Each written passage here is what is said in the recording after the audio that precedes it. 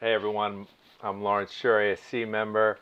Since the clubhouse in Hollywood is now closed, as we're all in quarantine, we're bringing the Clubhouse Conversation series to you in this world, the digital world. Tune in to our website and social media platforms for discussions and cinematographers about their work, moderated by people like me, ASC members. So follow us on social media for ways that you can participate in the discussion. Stay safe, stay sane, and we hope to see you soon. Thanks. 8 seconds to you. Cue her. Good morning. I'm bringing you some sad and upsetting news. And while I don't know the details of the allegations, she's throwing me under the bus. Mitch Kessler, my co-host and partner of 15 years, was fired today. You!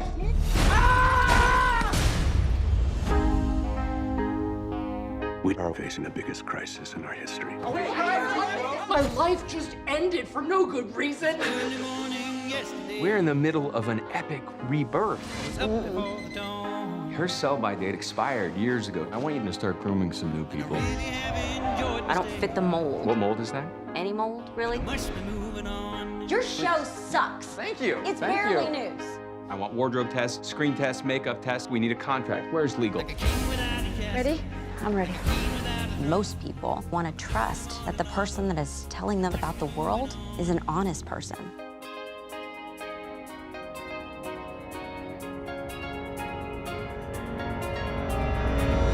Like you.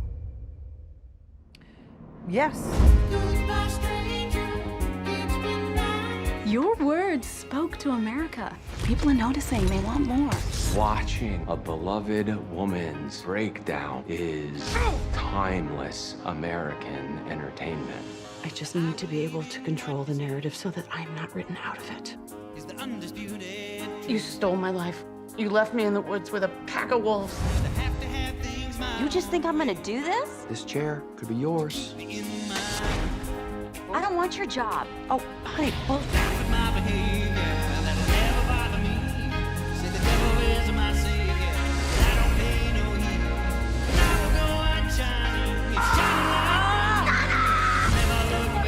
You walk out that door, you are never gonna get back in. the part you guys never seem to realize is that you don't have the power anymore. And frankly, I've let you bozos handle this long enough. We are doing this my way.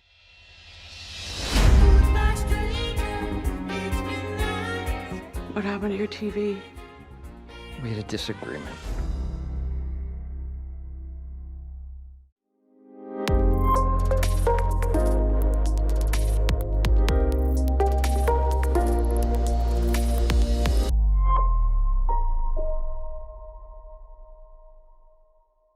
How are you, everyone?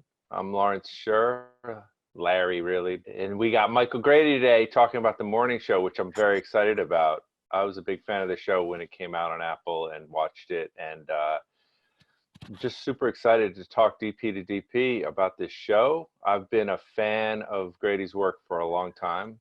He beat me out on a job or two in my day. That's for sure. Well, that goes back and forth now. Hotel for Dogs. I know Hotel for Dogs. You beat me. You got me on that movie. Garden State. I totally won it. I was so pissed off.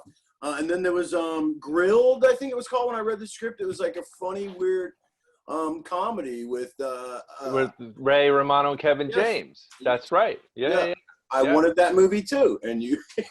Well, I'll tell you, it's funny you say that, right? Because you talk about like references and when people bring up stuff on movies, is that DP, I mean, that director, right, Jason Ensler, would talk about you and Wonderland, like he would talk about movies of yours all the time, that sometimes I wonder, like, well, why didn't you just hire that guy? So, you know, maybe he made the wrong choice. We'll see. I don't know about but we definitely talked about that as far as like the crispy look and like the backlight and all that stuff. So there was a lot of conversations about your movies in my conversations with other directors in my day, for sure. So anyway, it's probably accurate in terms of we were kind of, you know what I mean? Like we were right together. So like I've heard your name for 20 years before I really had any sense of even what you might look like. You know what I mean?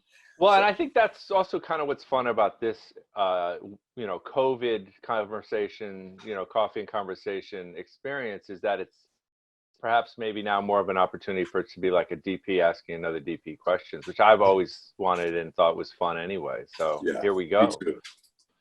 Let's talk about the morning show. First, one of the things I wanted to ask you about is this show basically kicked off the Apple streaming platform. Right. And did you know that going in? Like, this was a very high profile show, and considering it was sort of starting a new thing for Apple, even more high profile. And so just take me a little bit to sort of what brought you onto the show, and just your experience of, like, did you think about that? Was there a lot of conversations? You sort of also had the opportunity to set the standard on a bunch of like things that probably then became precedent for future Apple shows. And so tell me a little bit about that. Yeah, I guess we were pretty aware. I mean, you knew there was like 2 or 3 different shows that they had sort of started at the same time. And then as we kind of got going, I mean, I don't know, 7 or 8 episodes in, you could kind of feel that, that they were, I mean, look, we have a huge movie star cast, so they put a lot of money into it. So it wasn't like a mystery.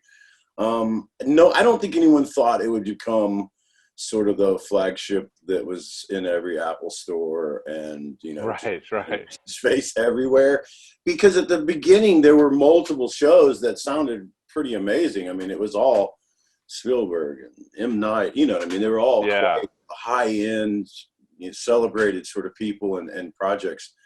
I think that like the popularity of our stars is more than anything of just like star driven. And I think the 2 of them really have such an amazing audience. I was brought into it by Mimi Leader, who I've worked with for 15, 20 years, probably many pilots. We've done features. We had just done On the Basis of Sex just the previous year about Ruth Ginsburg before this started. All right, so wait, I'm going to ask a technical question, and then I'm going to ask a bit of a story and a prep question, which is, so you shot DXL, right? Mm-hmm. And it's on with 70 mm lenses, is that correct? Yeah, the Primo 70s they came out with. Tell me about, like, so you're making like a year ago, and it just kind of began. Yeah. I'll be honest, I was a big Alexa guy. I've always loved Primos, and I've been a Panavision sort of disciple, but switched into the Alexa when the film went away, and I was pushing towards that, but we had to go large format with all the 4K stuff and all that Netflix and whatever. So that sort of pushed us over when this DXL came out. I didn't know much about it. I really loved it. Did you test it? Yeah, but it was so fast. And when we started, it was like, well, you can go with the Alexa large format, or you can go with this. Right. Or you can go with that Panasonic.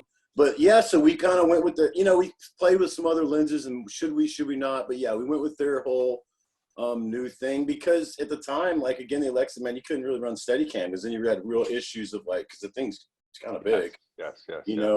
I'm still excited to use the Alexa large format though. So I mean, the large format, I have to say, I really went, wow. I think it's been a game changer for the industry. Yeah, because it has that intangible sort of separation that I think that sort of instantly turns a spherical shot into something that feels somewhat anamorphic, and it just, I love the texture of it. And I think seeing it be used in streaming service platforms, in which, yes, maybe not the ultimate objective is a 60-foot screen, I think is also really cool. So I thought it was cool when I saw that you shot that in that format, and 2.0, right? You framed it for 2.0? Yeah, I mean, and again, another weird sort of like, we wanted to go wider. We were like, let's just be cinematic. 5.230, whatever, all those 238, whatever one you want to call those multiple arguments of widescreen. So we were going to do that. I kind of had argued against it, I got to be honest, because I kind of had this weird thing for a long time of like, why are all these TV shows trying to be movies? Because you know what I mean? They're watching them on a phone, and now you want a letterbox, and like that was about the widescreen experience. And so I kind of had like, man, this is just TV posing as movies. And I was really wrong. I mean, I kind of came around to that. Yeah. So I was like, all right, whatever you guys want to. And I was the odd man out. Everybody else wanted a letterbox. So then let me ask you, in your preps, how you sort of think about a movie. you read the script, and I assume like you're reading just the pilot script, or you're reading more episodes than that when you start. This one I had the pilot and like I want to say 2 and a couple of outlines. Okay, so in your approach, do you sit there and you go through it and think, hey, this is going to be my biggest challenge on this movie, and sort of isolate certain things? Because you're going to have, okay, I'm going to have some scenes in houses. I've done that 1,000 times. Like, was there anything in this where there was like, oh, I have to reconstruct an entire studio soup to nuts to look like one of these shows? Or like, what? Talk to me a little bit about what you perceive the challenges to be as you approached a show like this. I am pretty big about prep, but I'm also that guy that it's so cliche, but like, I don't care about it at all once we start. But I really, really enjoy believe in it, and I have notes and all that stuff. I definitely approach it where you said some stuff that like, yeah, maybe we're all, the same. Like, okay, here's the problem. Oh, that's the hard one. Oh man, that's the one to talk about. This is the one that the production designers got to help me on, whatever it may be. But yes, we always try to, I think, identify those ones. And what were they on this? Yeah. It did not jump out, I must say. It was more about like established, well-known actresses and that what all that encompasses in terms of lighting and also, Jen and Reese are the producers, so it's like a double whammy of it's our bread and butter. We have to make actors feel comfortable and feel good about what they look like, all that stuff. So, to a degree, I think this is, if this was only cinematographers in the room, hey, this is what this show's about. We know, it's bread and butter of a bit of glamour and beauty of like, we got to have things look in that polished zone of Hollywood, I guess, for lack of better terms. Here, I thought it was a big problem of how do we separate the TV show environment, the news format, and the real world? Because, if we was 20 years ago, we're shooting film and there's your whatever beta camera, whatever it may have been, and that would have been an easy separation. Well, now every TV show is shot on 4K. Right. States, and then we are in 4K, and what would possibly separate these? So it was a big thing. And then I don't even still to this day, I'll be honest with you, like again, for other cinematographers, I don't know if we did the right thing. We sort of dumbed down the TV show cameras. So those are pedestals, and we just full on like got the guys in the 600 that do pedestals on TV shows and game shows. And I think these guys were like, had done a bunch of Ellen and Jeopardy and a bunch of other stuff because we were on the Sony lot. So did you seek out those guys? Like, we totally hired. Yeah, we hired. Yeah, right. Yeah, sure. That do that, and so there was even a technical director and stuff because, we would have our 2 or 3 movie cameras, DXLs. Right. But so it really became kind of crazy because you had the 3 pedestals and they have a jib, and then the 3 of us. So it's like 7 cameras going. Yeah. When we would do news sequences, we were big about like. And ultimately, it came down to like a budget because the affordability factor of it was easier to sort of get what's kind of considered the minimum of what broadcast standards are now on like I guess these probably would use on like I don't know game shows, something that maybe aren't as and I'm not the technical guy. Like I couldn't tell you. Why? Look, the blacks were crushed harder, didn't have as much range, it didn't have the latitude. A lot of things would just be crunchy and it was really difficult, to be honest, if like dit station wise of like 3 cameras going and then a whole nother monitor that would show all those TV cameras. So even, keeping up with like, and they couldn't handle exposure, overexposure, especially. We made some mistakes with like white floors and stuff of like how they weren't really handling it, but it's a little too late. I'm like, in post. That challenge is probably the biggest. And the fact that like that stuff would kind of go on live and everything. And then you'd have to light and you can, get this of like they do from above. That's right. But did you like consult but I would rip the people that did that? Oh, right. Got it. We did it. We consulted and again, budget because we had this huge lighting designer that came, platform. And it was just, look, ultimately it's like it was too much for the gaffer to deal with because all these stages were being rigging. So it was like, we had to just put this on somebody. They went way too nuts. It was in a giant, like real pro style, you know, these lighting designers. But I know because I had to do some of this for Joker where you're replicating like an actual talk show and you go, well, you know, go into a talk show. There are 1,000 lights. A gazillion. And we went to like Good Morning America and stuff, and they literally they told us like there's like I looked up and it's 40 feet high with they were like, oh, we don't take them down, we just add. So like the script's getting down to like here now. You know? I know, and you think, well, I'm just replicating this for like a 10-episode show. Like, how do we do? Like, I always thought like, they should just stepped it up and just done fake shows, like, you know. We ultimately, man, we had to do it because it came to all this lighting design stuff, and it was like, oh, that's going to be great. Well, it was just gigantic. Yeah. It was like, and then you can imagine, you know, 5 months you're going to sit a studio and a stage, and you're going to rent all this, and it just sits there. So like we're off for weeks on location. This stuff sitting there, like it couldn't happen. The budget was like it was just, and so we did end up kind of doing it. Now, there's like getting maybe too much into minutia, but if you looked at the set, they ended up, the art department went and bought from some lighthouse, like, what is all your crap you don't want? They took all the garbage lights and they hung them all up, which were all on our way, you know, which is a nightmare. As like production design, effectively. Not none of them, there's 100 of them that there don't work. That's right. Because they were really big, the production designer, and in fact, a few of the producers were really big about this insane amount of sense of production above. Sure, like the verisimilitude of that. Yeah. Like it's Good Morning America. It's in Today's Show. So it was went there, and it's just like like I said, they've left this stuff up there, I think, for Did you go and scout those to see as reference? Yeah. Right.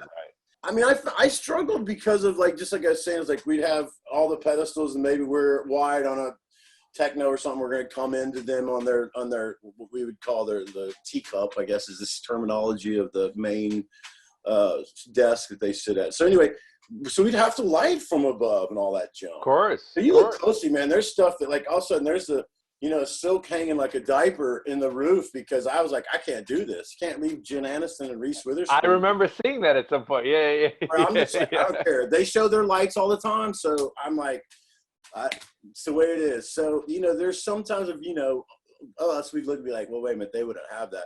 But we started just putting, you know, like trying to get better soft sources up there. So not throwing the stuff all the way across. You know, look, I'd rip it all. And here came the 12 by and stuff. As soon as that was out of the way, we still had to big sources, 6 by. Basically, the whole show is like, can a 12 by fit? Okay, can an 8 by, you know, in terms of taking care of our movie stars. Well, so, you know, that was the biggest challenge, man, dealing with that in and out of that world and I'll be honest with you, I punted a lot on the news show a lot. You just be like, I don't know, that's what it is. And then try to improve our real world and try to have some sense of contrast that's this fabricated, you know, meta, artificial, very Hollywood sort of, you know, the show we did find and talked a lot about sort of the meta levels, certainly for Jen, her real life and the character's life and the idea of Hollywood being replaced, the movie business replaced with the world of morning television, you know, not that much different. That scene on the street in I think it's episode 9 or 10, where Reese and Jen are outside and then this guy comes to try to like take a selfie with her and she explodes. That aspect of like, I wondered when I was watching that outside of myself of, was it fun for Jen to kind of like do something she probably always fantasized about, which is to like just destroy somebody trying to invade her space? Yeah, and then of course I think during this same night there was like a group of like 100 paparazzis that there were, you know. It gets heated in New York. I mean, you know how it is. Like it's like that one guy that's like the biggest pusher. Oh, Steve Sands. Steve Sands, and like he was there this night, and I've got a big history with him. I have trouble not getting in his face. I like to go and take a whole bunch of pictures of him, actually. But this is in New York, live. Totally live. I mean, remember like where? A lot of raw stuff. I mean, like we're like, you know, a lot of ambient light. So, did you pick this location partly because you knew you had a lot of ambience? Like, what's or it's in the and you know, Midtown, that would have been the reason of where we should have been shooting. I mean, she's got an edge, so there's a condo out in the street, but like, you know, like just a single source, no way to get backlights and stuff. You look closely, matching is a little all over, because that's kind of the environment. Like, you know, it's like it's wide open, and that all that ambient light was really Nike store there behind, which is super bright. And the problem being is that, like, we started down a street and we've steady cammed them up a block to another block. Yeah, and you know, and you probably had this argument many times, or not argument, but trying to get people like, hey, you know, you're going to cut this. Do we really have to traverse 300 yards in this shot over and over? Mimi is pretty big about it. She likes to go to the beginning. She likes to shoot scenes. If they can go all the way, man, then why aren't we? And, you know, again, philosophically, that's okay. I understand. So, but difficult of, like, you know, you're turning corners and stuff in the street. So if, you know, if you've done this the night exteriors, oh my God. So, you know, try to backlight that street. They'd walk through some different stuff that are hidden in storefronts and stuff. And then we turn the corner and another backlight turns up. Okay. Yeah. Another condor on that street. So, you know, but I found in New York, and especially in this one, because we had not as much time. Is it like it's kind of getting up condors as backlights, and then little fill, and it's like moving stuff and Steadicam where you got the, you know, big soft source moving with them and things like that. I've actually found, I don't know if you have too, but like some of those streets, like certainly Times Square is an example, but like those kind of streets, and maybe it's certainly been exacerbated in the digital space, is it's too much light. It's like we don't need this, and it's like you and the actual control of this like wildly bright stuff that's like it actually makes it harder. You'd almost rather be on a street with almost no light and work from there. Yeah, absolutely. In a way, it's like really sort of tricky sometimes to work in those kind of spaces. I totally agree. I mean, I'm even debating in some places in New York now, like, do I want to get a condor? Like, don't even do it. And a lot of times I'm doing it just in case. Yep. And it's like not using it, or like really putting a bunch of doubles in it. So it's like, well, we paid for it, so it's got to be up and on. But we're not really, it's not servicing. So now I've gotten that, you know, but I have that mode of like, okay. And usually it's a good gaffer. Like, no, I'm going to order it anyhow. Just because you're saying that, but oh my God, if you're wrong. So, but it is you know, we've less and less because of that very factor that some of these streets are so bright, and some of the storefronts are so bright, you know. I'll be honest, it's like, there was a strange thing, like this whole idea of, I'd done TV, you know, 12, 15 years ago, kind of gotten a run of doing movies. Like I said, I came back because all that's the best stuff. Yeah. I never really experienced this idea that we don't have release dates, so we can open up. We had like 8 episodes open at one time. Like we're shooting, you know, so it doesn't end. You go back and like, this unit's going to do this. And then we know we alternated DPs. So we would have the double up days. Now we're going to script changes. And at some point, 8 episodes were being shot. So it got very confusing. So like I said, I kind of lost it a bit of like, we knew what movie we were making. And you understand this of like, well, it's 10 episodes, but it's still the same movie. Yes, of course. So in the head of like every day coming and, you know, making images, like, well, you knew what, you know, what our soul is, but lost often just because of, and you know, man, it's a grind, man. It's 5 months of these TV. It's different from a movie because it's like, it just goes on and on and on and on. And we did, you know, I'd say between 12, 13 days an episode. Like we didn't stick to it. We were supposed to be like 10. I think the pilot got 12 per, but like I said, once they were all opened up, you know, I don't know, you were getting extra bonus shooting all over the place. So I don't know. I think they were probably 12-day episodes. But, you know, there's no commercials. So these things ran like 60 minutes, 65, 58, whatever. 60. Oh, no, I know. It's still TV fast. I mean, of course. No, listen. You're always moving faster than speed is everything. It's the most important thing as a DP. How many days did you shoot Joker? 58 days. 58. Oh, that's awesome. That's not even enough. I would have thought that movie needed so much. Same thing. My point would be, like, oh, we wish we had more. Well, we started, and Todd said, not to get tangential about that movie, but Todd said, hey, man, you know what? Because we always would like talk about, we're like, how does Fincher on like The Social Network get 90 days? I don't know if he got 90 days, but like Fincher, who we love, and it's like he gets a massive amount of days, but his movies aren't $300 million, you know? And we're like, let's just have the most days we've ever had so we can go really slow and blah, blah, blah. And so he's like, let's have 75 days. And it's like, we ended up basically cutting it ourselves down to 58 to pay for shit we couldn't do. So we ended up putting ourselves right back into that let's go fast mode anyway. So even though we probably could have had more days, we didn't choose to. Hey, so I got tons of questions. So along that line, right, from episode 1 to episode 10, right? Like they always go, okay, the pilot, we're sort of like in the same way as an actor starts a show and you look at it and then you realize by season 3 they've sort of found their character, and it's like it's a moving target, right? Like nothing ever stays, nothing's ever. Right. You're finding it as you make it. As a DP, from pilot to 10, there is a remarkable consistency throughout, but I bet there's things that you might recognize that maybe I wouldn't, in the way that maybe your plan on episode 1 pilot shifted and what you sort of learned as you got, let's say, to the final episode of the season, in terms of even maybe how you did coverage or what your sort of strategy on how to light them. Was there anything that comes up when you think about like, or was the plan kind of like it, you know, what worked on 1 worked all the way through? I may be, you know, like asking for something that didn't exist. No, I mean, I think it's a little bit of both, because I'm definitely the guy like, hey, man, if it's not broke, don't fix it. Like if everyone's happy, like, yes. You know, certainly like whatever you might've done on a close up. And if somebody like, I really like the way I look, like, oh God, what was that? But sure.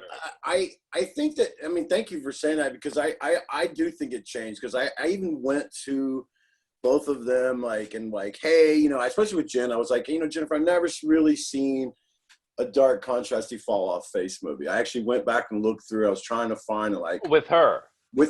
Never. I can't. I couldn't find it, and I had this discussion with her with the vanities, the whole, you know. Yeah. But, you know, it's not just them; it's the team, which I take complete respect of. When I was a young DP, I didn't understand that dynamic. I learned the hard way, and I fully understand and respect it. So we talked about it, and I started doing it more. And I think it did go away as the season went on. Like we just kind of came around a little flatter. Because you think, it's, you know, less trouble. It's like, I know when we're ready to shoot, we'll shoot. And if sometimes maybe we didn't shoot, if I was being trying to go for the contrast. Yes. You know what I mean? Like we'd take, well, maybe this isn't, you know. I thought you were remarkably bold. When you said it, I was like, oh man.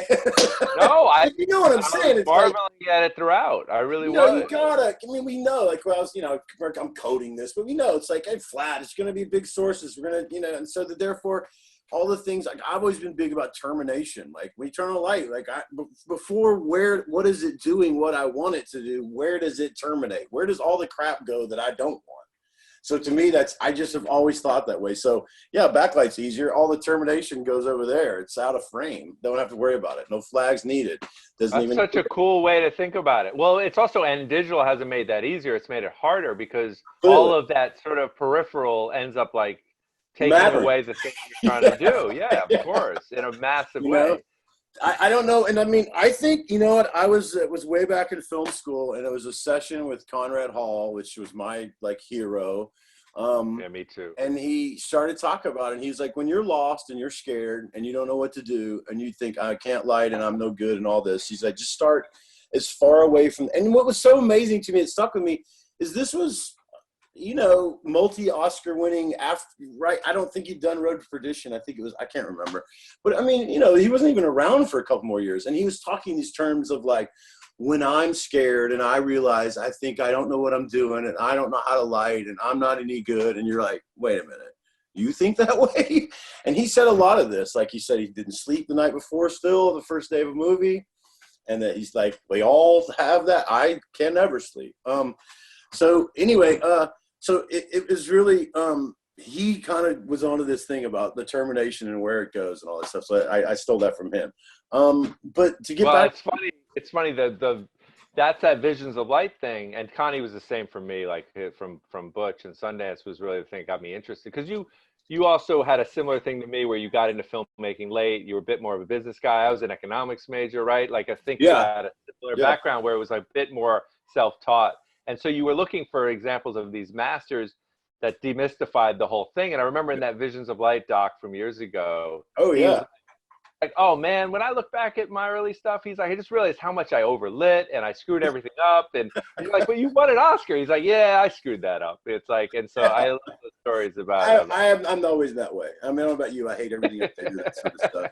But no, he was an incredible. I mean, like to me, like Searching for Bobby Fischer is one of my favorite movies ever to look at for light. When I think about, to some extent, if somebody said like, "Oh, how does Michael Grady light?" I would think of this sort, and maybe it's a bit of the Wonderland thing, but I feel like I see it, and I even see it here. I see it in a funny place. I'll give you the example in a simple scene in Morning Show, which I really appreciated.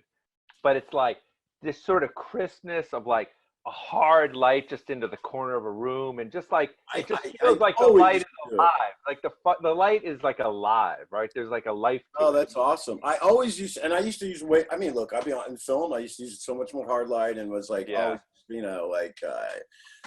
wasn't a xenon and like beam projectors and stuff like that. Like, but I just don't do. I find it's all too much now, and now it's like big 360s and stuff with giant soft sources, like big Aries and stuff. Like I'm not using Fresnels as much anymore. And I mean, as I've gotten older, I don't know about you, but like I look at the early movies and I feel like I was just shooting off fireworks for someone to pay attention.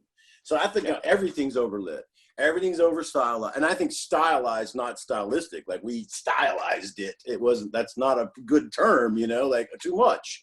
Yeah. I'm probably getting flatter and flatter, and I used to call it the BSC style, the British cinematographers, because they were so much better at naturalism. And then I've always felt like the traditional Hollywood sense was like we're more fabricated. We're more like that person's who you're looking at, and they're more beautiful than every other human. And that's I was very much in that school. I think I don't know if this is just a natural every single DP that goes through this. I mean, maybe I believe there's a maturity that you really do come around and start listening to the script and the scene and don't always try to force yourself. Oh, no doubt. And I think I'm better at that than I used to be, because it's just a maturity. And I also feel like, to be honest with you, I'm 50 years old. I don't care as much. It doesn't haunt me like it used to. I feel like, there's another shot. There's another scene. So as long as there's a sense of naturalism or real, I like that now more than, I went for lighting and it was too lit. And in the past, I would never have thought like that. I'm like, if it's not a movie, it's not greater than reality. If it doesn't look better than reality or cooler than reality, what's the point? Like, I'm not making it. You're a smart guy, a really smart guy. So you might find yourself a new audience. So make sure you don't blow your first show back. And I if I could actually extend love the metaphor, if if the everything goes lighting as on planned in Carell in about 3 this days. show. I do too. Billy's tough. He's fair like me, and with dark hair, Irishman with dark hair, and I mean, he's as pale as I am in terms of not getting all, I'm pink, blue, white.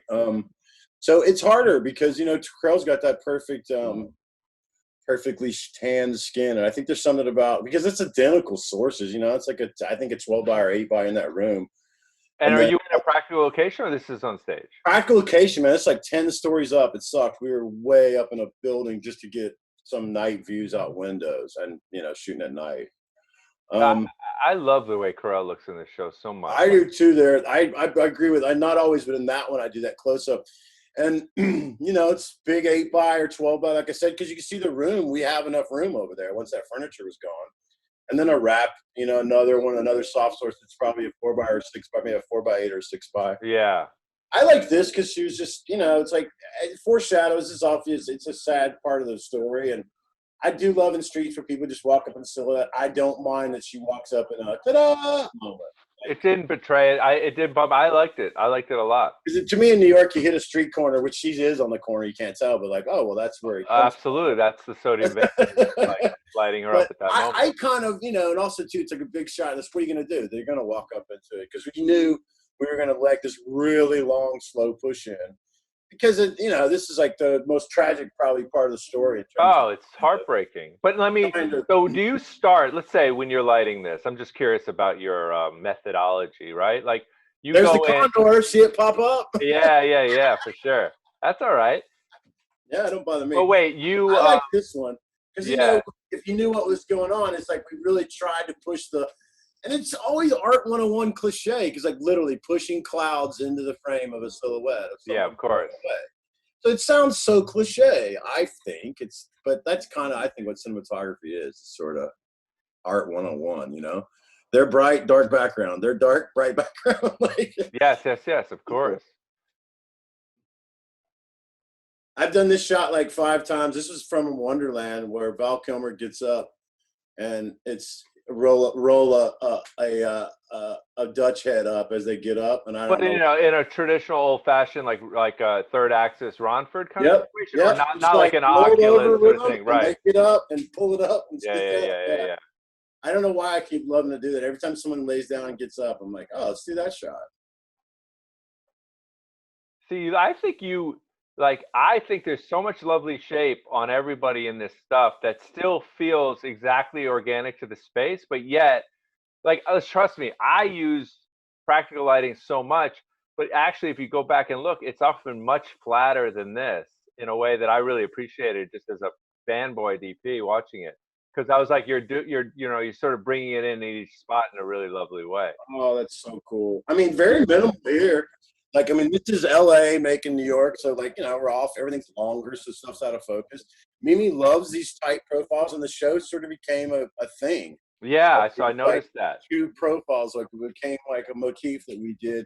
I mean, it's like, you know, obviously Condor down the street. I'm big with the apricot for the sodium vapor, you know, gel, the orange night. And big sources on, you know, a single on the side and a lesser one that's a wrap, so that it hits the other eye, and that's it. It is pretty much 3-point lighting setup. Yeah, no doubt. But that's all right. Listen, it's the same thing as writing. It's like there are cliches for a reason because they actually are the thing that works, right? Yeah. So there's like the simplicity of lighting doesn't mean that it's like it's like a bad thing. Like that's to me the thing you talked about, the BSC thing, or less is more. Less is more. And sure. I took you longer to get there. I mean, look, all I'm doing basically probably that's different from the traditional 3-point lighting is that the fill is on the key side. Yeah. It's just not, it's wrapped That's together. That's right. Yeah. So it's just bringing that around. Of course. Not over there. That's literally the right. only difference, so that there would be some place that falls off. Yeah. I interrupted you. You were going to say something. No. I was going to ask about the coverage in there. So like, okay, so just because I'm always kind of curious about. Yeah. So you've got 2 cameras or 3 cameras in 2 cameras. So we were both across the street. One was that shot that was sort of that 50-50, and then one was a bigger one.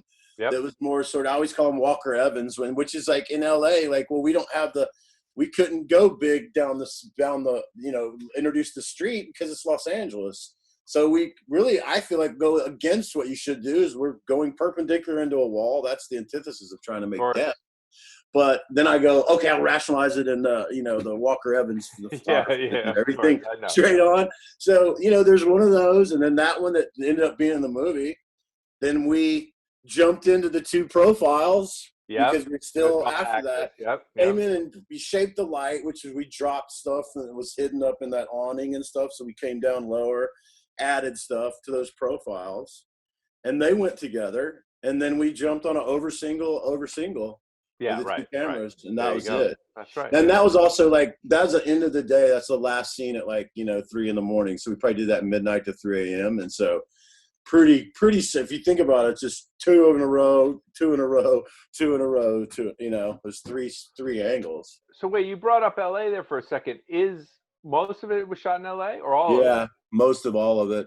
We shot in New York like 4 days. Yeah, and it was 2 units, like both of us, because we had, you know, I did 6 episodes, and then David did the other 4, and so we were both there shooting, and the actors would just go back and they were going back and forth. We were both trying to, you know, and they brought in directors that had, if they could, you know, Mimi had to do a lot of stuff for people because it's months later. We finally went to New York. Of course. We had all these elaborate plans of like at the beginning and in the middle and then at the end.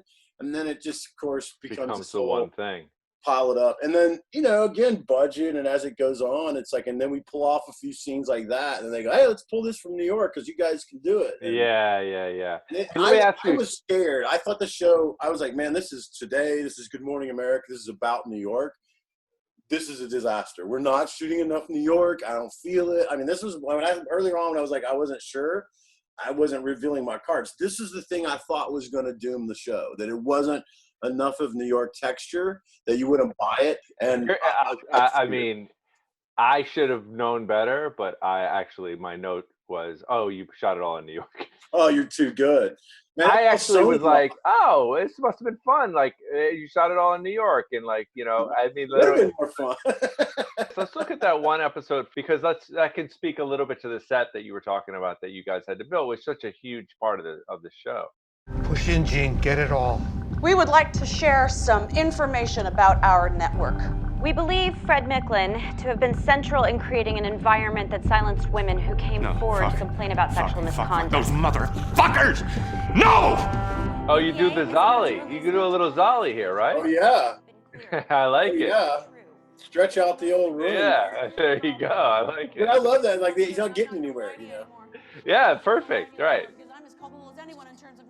Of all the years of trying that shot with failures, and there it was. Yeah, it's a good one.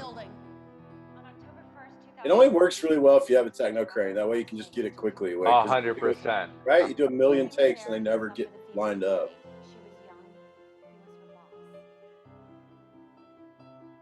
Now, are you working at all of boards? Is it shot lists? Like, how is Mimi and your experience? Like, how do you guys sort of get shot listers? We didn't really. We're not much for storyboards. You know, if it makes sense, I mean, action stuff that you got to have too many people communicating. I believe in them, but I'm not a huge one. I still do the overhead. Yeah, draw. me too. Me too. You know, a little triangle, here's where the camera's going to go. That way, order. I'm going to light it and stuff. But order how to shoot it together, and then she usually makes like every day would make like a new one, which is like her going over what we planned before and usually just adding a few things, which is usually just adding some close-ups. So yeah. You know, she's not gonna like, oh, let's change it all. Well, every once in a while, sure, but yeah. Kind of cool here. We were trying to do this Bryant Park and it's empty, and we couldn't get all the people out, so we went low mode. Yeah, I thought it was cool. You know, I really like Duplass's performance in the show. He's really he's good, man. He's great. Plus, as a director, he probably is. Is he?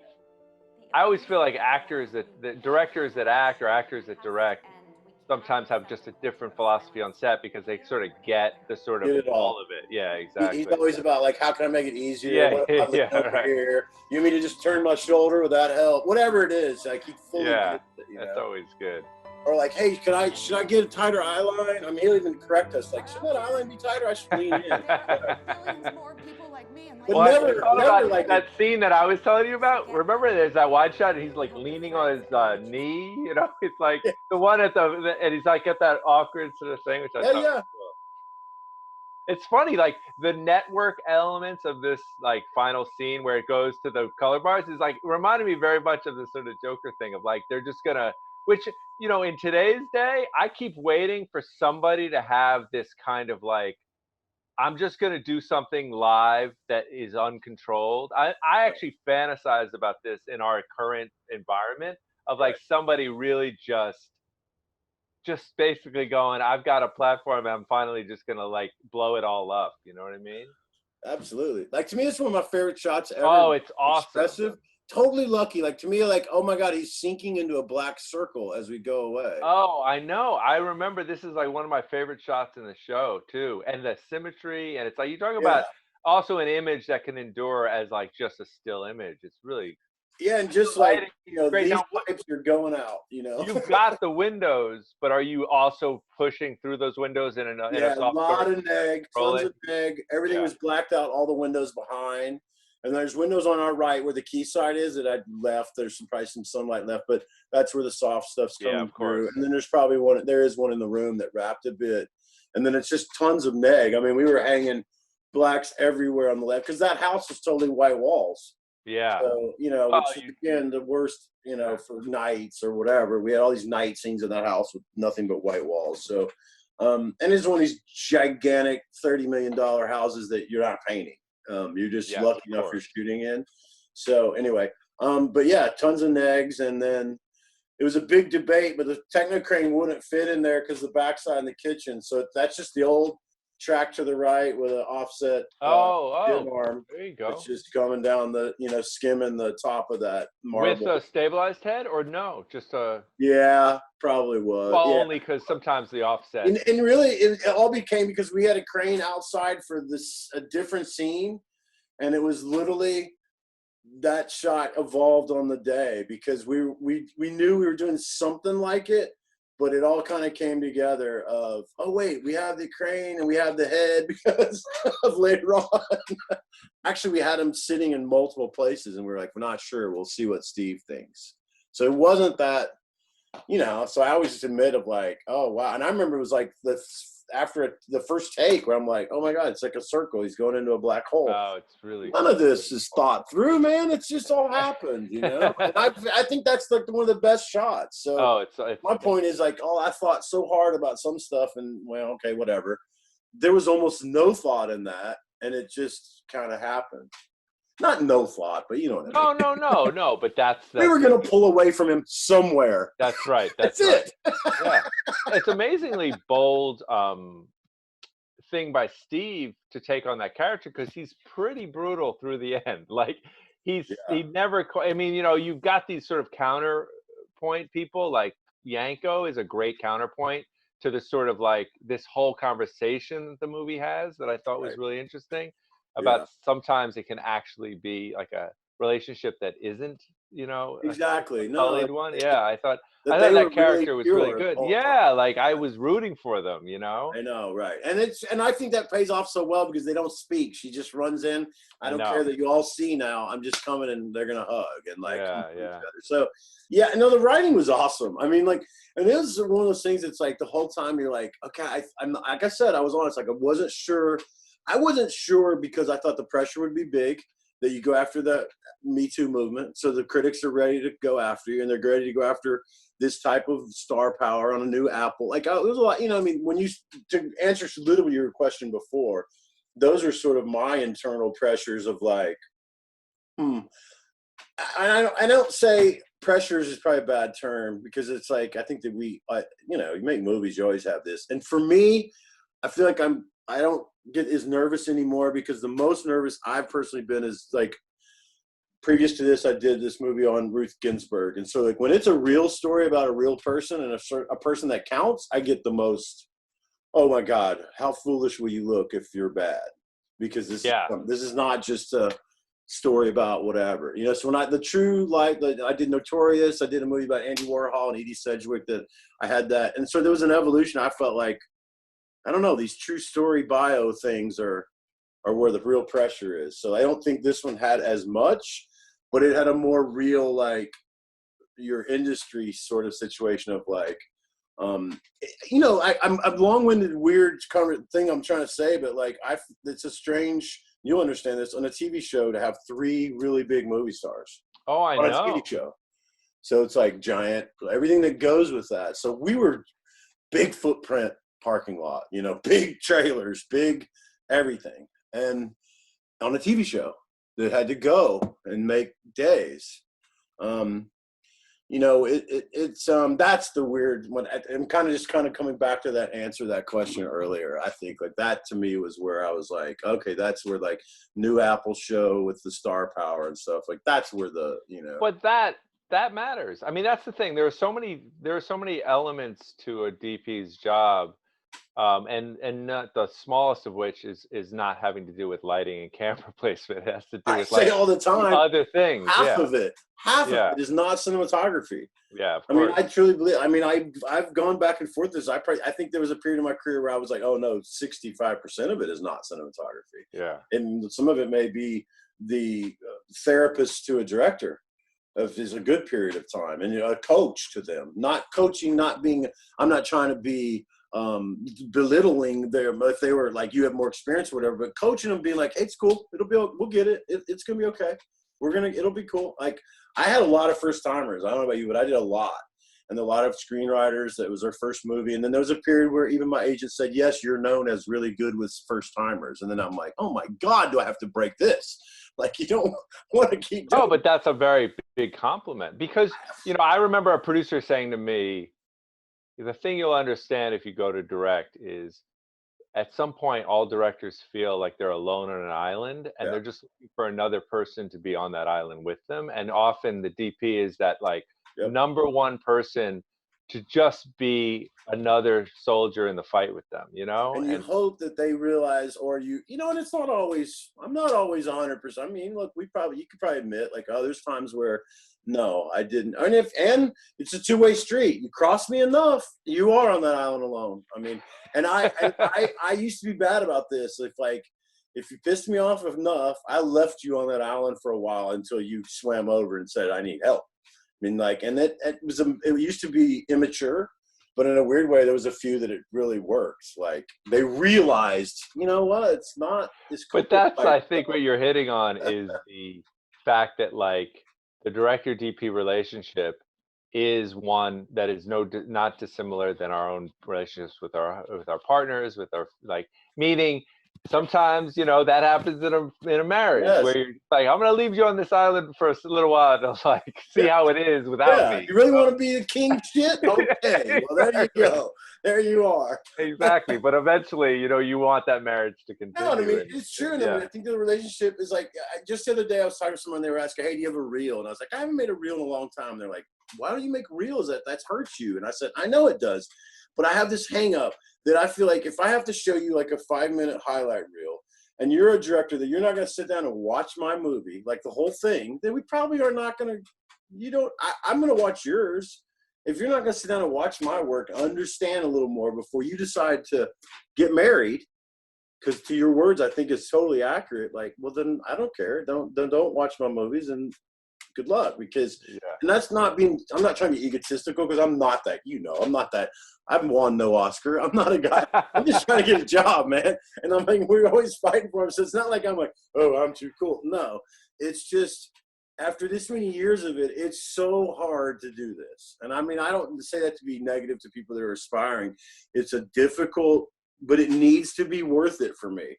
Like, if I'm going to be gone from my family, if I'm going to have no life for all these months because I'm pouring everything into this story with some person X, that needs to all be fulfilling when it's over, maybe a little during. I like having had movies, having had made them, you know what I mean? Like, we made that chair together and we can be proud of it. The process is super difficult, and it continues to be so. And this, Zen ability to just keep moving. I always like the duck, or the goose. It's like paddling like hell underneath. Like, they're just sprinting, but like elegant up top. And I mean, it's all those things. And I think that, like, I don't know, the older I get, I'm just like, I love when there is that marriage. And I also think that I don't know that I can do that great of work anymore if you don't have that kind of together where you're raising the bar. You know what I mean? Because, like, if you're out there, you can't block the actors. You can't, you know what I mean? Like, if you're not together, the work's it's gonna stop at some point. 100%.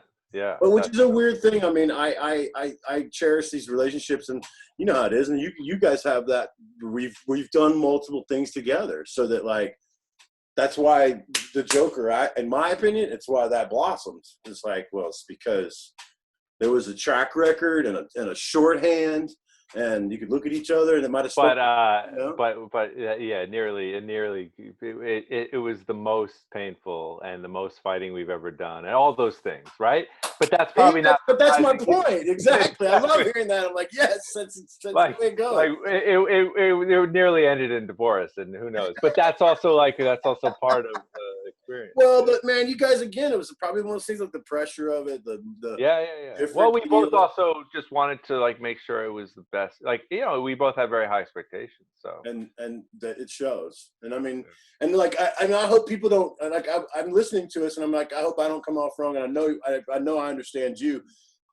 It's like, we are saying that same thing. Is like, even the divorce got close, maybe, but that is where that, like I was saying, that the bar was raised. Like, you guys got to a different place, and maybe that emotion or anger, still kept elevating the work. And sometimes we just clock in. I think the ultimate thing is that, which is, we both cared deeply. I mean, that was the thing. So it's like, as long as you care deeply, then the fight is worth it, right? Right, because the fight is about the work and the material. Right. It's not we're not fighting about, like, per diem. Yeah. That's a different argument. Let somebody else fight about that. I guess my only other thing would be, you know, when you look back at your experience with the morning show, are there certain things where like, you know, where you felt, besides doing some new things like shooting the DXL and those kind of things, where you felt like, okay, good, I rose to that challenge, and or you know, like when you, what's your takeaway if you had to do a post-mortem of your experience on the morning show? I guess, I mean, ultimately, like always my fears, like if I do something that is like, if it was in the light realm of like a comedy or something that I feel like demands, like at least faces have to be in a flatter zone, for lack of a better term. But you know what I'm saying? So that, yeah, there was still some contrast there within the way that you got to, because look, I mean, my favorite thing is probably going to be some sort of, I don't know, guys running in with a gun and all that kind of sneaking hard light and contrast, and like, it doesn't matter, and it looks cool and everything looks cool. And so, you know, some jobs are not about looking cool all the time or slick, or like, you know, we didn't, I love booming down. I used to have this thing of like, if the shot's not that good, just boom down. Yeah. You know what I mean? It's like, and it's true. It's because it's like the human perspective is whatever, how up in the air. And if you just put the camera on the floor, it's more dynamic because we don't lay down there that often. Yes. But you couldn't do that. You know, I level up. Like, we're not doing shots below the chin and stuff like that. Well, like, and if you did go there, did you get a little bit of look like? Oh yeah. Oh, it'll be like, no. What is this? Yeah, because everybody, they know. I mean, you know, and it's got to, that's what I was speaking of earlier. Like, I feel like some things kind of went away because, like, after a while, and truth be told, after a few months, you're just like, let's go. I don't want to go through, take the risk. We're ready. No, we're not ready. We have to change. Like, why go through this exercise if you know what I mean? And so I think that there was a point where maybe that got to, but ultimately I think I am relatively pleased that we kept it somewhat, I hope, for lack of a term, cinematic, when in fact it's really a lot of people just standing in rooms talking to each other. I mean, the whole thing is like little dressing rooms that are tiny, that we built tiny, like a closet, that are completely unconducive to shooting. Yeah. But yet that's hard hallways, like all these confined spaces that we repeatedly went into. Which, you know, it's just like, man, none of this is good for cinematography. But it's just people in a room talking, and a lot of it. So I felt a little bit of like, okay, I think we did okay. There's not a minute of this show that I would say, oh, it's just like flat, and he had to sort of like clean it all up to make these people feel good. It was like, no, man, you had shape, and you took that's a lot awesome. of like real bold moments. So great crew. That's my takeaway. You know, I great crew. I mean, great gaffer, key grip operators, because we were here in LA. So I mean, it's like it was a show in LA, movie stars on the Sony lot. So I mean, I had a great crew. Chris Prampin is an excellent gaffer. Joe Macaluso is our key grip, and like both of them, just top notch. So I think there's a part of that like, you know, man, it's like you can't do it all, and those people make a big difference. And A operator, Bela Truce was awesome. Oh, I know Billy. I've worked with him way back in the day, like way back. Yeah. Well, I've heard of him forever, and finally, actually, he's great. Together. Will Arnott cool. did some, and Chris Cuevas, and then my B operator is a guy named Brian Morena he's come up to operate the last few years, but he's my AC for 20 years, and now he's operating. Oh, that's awesome. One of my best friends.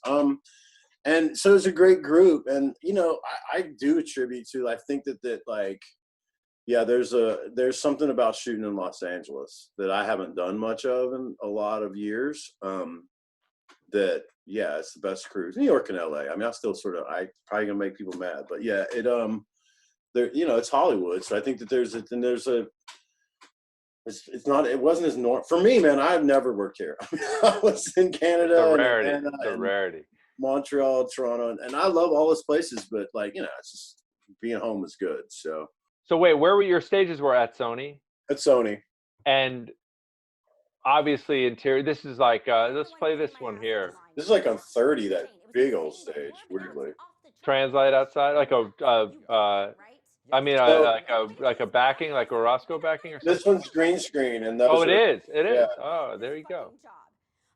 We had those Roscoe backings, and I found that they don't have as crisp highlights, like, you know, those. Right. You can't ever get that, or at least I haven't been able to. You have to fight them so evenly and with less. We didn't do that much handheld, but I mean, it was like classically of every once in a while when, she's freaking out kind of thing. And Yes, of course. Amy loves handheld, so I probably talk her out of it more than, not for any reason other than just, I don't know if it's always right. Although when I do handheld scenes, I don't know if this is sort of interesting, is that like, I don't like wides handheld. I'm the exact same way. I literally just explained this to somebody. There's a certain focal length where I'm like, it has to either be on a bag or it has to be in That's something. sitting on a bag or something, because it's right. like, to me, that all of a sudden it's Friday the 13th with that voyeur that's like breathing. That's like the Jason. It's so interesting. I literally have the exact same philosophy with handheld, that at a certain width, it has to go somewhere. It can't be on a shoulder. Yeah, even like, I'm even like, now I love, even if you're doing a couple of handhelds and you're dueling or whatever, and then there's a wide that like could even be like on a little track. That's exactly right. That's exactly right. It just feels, and that's just years of like, couldn't stand that the operator jiggled or breathed or adjusted his shoulder right when they used it, and you're like, what is that? It's like exactly the same philosophy that I yeah, and it was many times of like going, what is it I don't like, and like, oh yeah, that's it. But you're right, like a lot of people, like a lot of directors often kind of balk at a second. They're like, well, no, wait a minute, that won't feel right, and like it's counterintuitive, I think. But to me, it doesn't feel right if those wides are handheld. Then all of a sudden I know there's a guy standing there, and I feel him breathing, and like, anyway. 100%. Exactly the same thing I always say. And then you have to sort of show a point of like, no, you can mix and match these. This will cut against that handheld, and don't worry, nobody's going to be the wide. Recently, I did this. I was doing the show The Leftovers on HBO, and I was really one of my favorite things I've ever done. And we consciously were just doing that. We would do like big, wide, low dolly, super long, like 4:1 coverage and handheld in the same scene. all of it, sure. And that was the thing. It was, everything is disrupting, everything is falling apart. Do not ever be normal. Like if you jiggled, like I said, the operator thing, they would always use that. Like they wanted like that self-consciousness. Anyway, so it really opened up a lot of like, it validated some thoughts, and kind of destroyed some sort of dogmatic approaches to that stuff I had anyway. Along those lines of like, now I'm positive of what I think. Yeah. There you go. How about this? Here's a DP to DP question that's like always fun is, have you ever gone into one of these locations and you're like, and then whatever it is, 11 p.m., they all turn off. You haven't finished. Absolutely.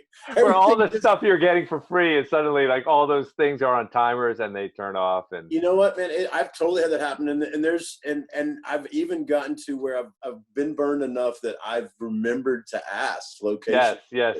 Like, hey, man, make sure that stuff doesn't go off. And, in Times Square, even I did the Annie remake, and we kind of had Times Square all night for a few nights. And some of that stuff changes too. Some of the billboards go off between like 2 and 5 or whatever, because So anyway, yes, it's a nightmare, and there's nothing you can do. It's like it just happens, It's and in the event you didn't turn the street light off that you should have, that was right. Well, that for sure. You're suddenly taking like a high roller with a flag. You talk about making a mistake that you wouldn't ever do twice. Is I did a pilot once, and we shot in an IKEA. And of course, IKEAs are like actually really well lit, right? Like they, particularly like we were in like, I think the lighting section or whatever. And like what you learn is like, we're like literally ready to shoot and everything goes off. And then they go, oh no, all IKEAs in the world are controlled by one place in Sweden. So it was like 3 hours of trying to reach this guy in Sweden to say, can you turn on the lights in the Burbank IKEA? Oh my God. Then you go like, okay, that's a mistake you'll never make twice, hopefully. Yeah. And then they're like, well, can you light this IKEA? I'm like, I could bring every light from the truck, but I'm telling you guys, it's better for us to wait 3 hours for you to reach Sweden than for me to start pulling every single light out from a truck. All right, well, Michael, awesome. I really enjoyed this fully. I love talking about the morning show and all your other stuff, and just having a lively conversation. So I appreciate it. You did great work, man. That's what it started with. And when they asked me to do these conversations, I picked your show out simply because I like the show a lot and I liked you and I wanted to talk to you about it. So I appreciate you being here. Oh, thank you very much. I think the same way. And I know it'll sound cliche, but when she said it was you, I immediately responded the exact same way of like, oh, and I also say like, oh man, I've been competing against him for years. I feel like we're brothers, or, you know, all those things we said before of like, yes. And of course, you recently truly blew everybody away. So Don't worry about that. You got your rock star status now. Yeah, exactly. You got it, man. Yeah, exactly. Well, I hope whoever is watching enjoyed it, and we certainly did. So thanks for coming to the ASC. I enjoyed it. Thank you very much. Yeah.